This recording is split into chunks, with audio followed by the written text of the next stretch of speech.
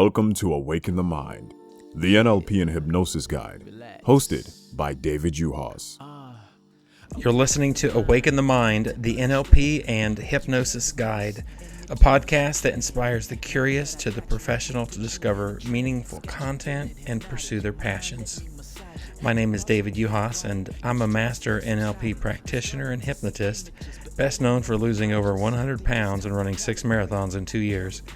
And I'm sitting down with hypnotists, n.l.p practitioners, and coaches to talk about their process, the lessons they've learned, and how to make an impact in the lives of others.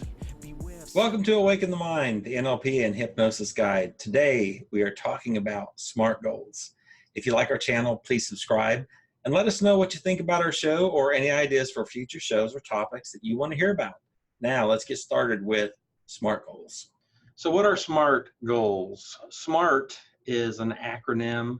S is specific, must be detailed with a plan. M is measurable, able to be measured and known. A is aligned, must be aligned with your purpose and vision. R is for risky, must be a stretch or a risk. And T is for time-based, must be completed by a certain time. On a side note, this is one of 3 of my favorite goal tools. The first one, of course, is the 3 Ps that I use all the time. The next one is well-formed outcome, which is basically a SMART goal except expanded. And then the SMART goal that we're going to talk about today. When would you use a SMART goal? Similar to like the 3 Ps, anytime that I have a big project that just feels overwhelming, SMART goals is a really great tool to develop that goal. There's a saying that we can't achieve a goal that we don't see. And also, everything that has been created twice. The streets in a city, they didn't just appear. Somebody actually had to see those streets in their mind. And maybe even longer before that, maybe they were trails or paths through the country. And it was seen as this is a useful path. But somebody had to have that vision. And as soon as you have that vision, then you are able to do the second part, which is actually make that vision come into existence. So the very first thing that you want to do is state specifically what the goal is. My goal is, and then explain it.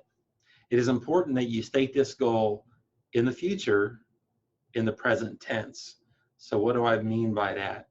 Well, if I was wanting to start an exercise program, I want to state that goal as I have started an exercise program and already feeling the benefits. It's stated in the present tense as if it's already happening. And also you want to attach to that goal the date that it is to be completed. I know from coaching that when something is out of somebody's comfort zone, even just stating the goal sometimes can be uncomfortable. And so for this whole process with these SMART goals, I really want to encourage you to look at these as if I'm just writing these down as an observer. Let go of the how you are going to complete this and just get down to the details of exactly what it is that you value and are wanting to accomplish.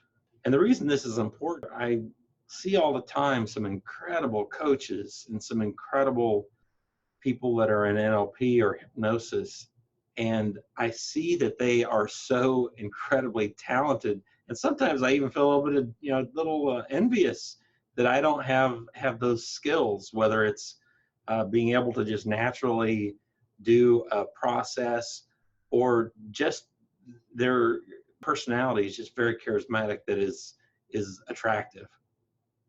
And what blows my mind is that so often, a lot of these incredibly talented people never have the courage to just state what it is that they want and their goals. And so I really want to encourage you to let go of how this is all going to happen. There's something magical. There's something so magical that happens. And this, of course, gets back into the law of attraction. When you get a new car and all of a sudden you see that same car in your neighborhood, you've never seen it before, ever. And then all of a sudden there's 20 of them driving by your house. Measurable. It's real important that you're able to measure it, because if you do not have a way to measure it, what evidence do you have that you're moving toward or away from this goal? I was coaching somebody one time back when I was running marathons to have some coaching around that.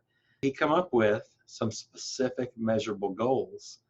And what was interesting is after he not only accomplished his goals, but exceeded all of his goals, he had gone past them, he was upset that he saw that others had done more. He had stopped at the half marathon, and he was upset with himself that there were others that continued on and did the full marathon. Well, what I know is that if you train for a half marathon, you're going to run a half marathon. But if you don't train for a full marathon, it's just not going to happen. So he was not clear enough with what it was he was specifically wanting to get out of this goal. And, to be accountable as a coach, I didn't see that. However, we then had this opportunity to look at what was it that you were really wanting to get? What stopped you from wanting more? And that actually turned into a really powerful session where he got to dig into some really deep stuff going back to when he was a kid. Aligned is the A, must be aligned with your purpose and vision. It's so important that, and this is for ecology, around how is this going to affect myself and my environment and my identity? What if this goal is in contradiction with your purpose and your vision and your values? That will possibly interfere with your accomplishing this goal. And not until you ask this question, is this something that actually supports my purpose? Is this something that supports my vision? Is this something I even want to do? What do I get out of it? So it's real important that you get aligned with that, because I'm sure you've all experienced that. Christmas morning, you get that toy that you had to have, and then 5 minutes later, it feels worthless. It doesn't feel like it means anything. So getting this goal, it's really important that this goal is in alignment with your bigger purpose and your bigger vision. R is for risky. It must be a stretch or a risk. It's so important that we are willing to stretch outside of our comfort zone.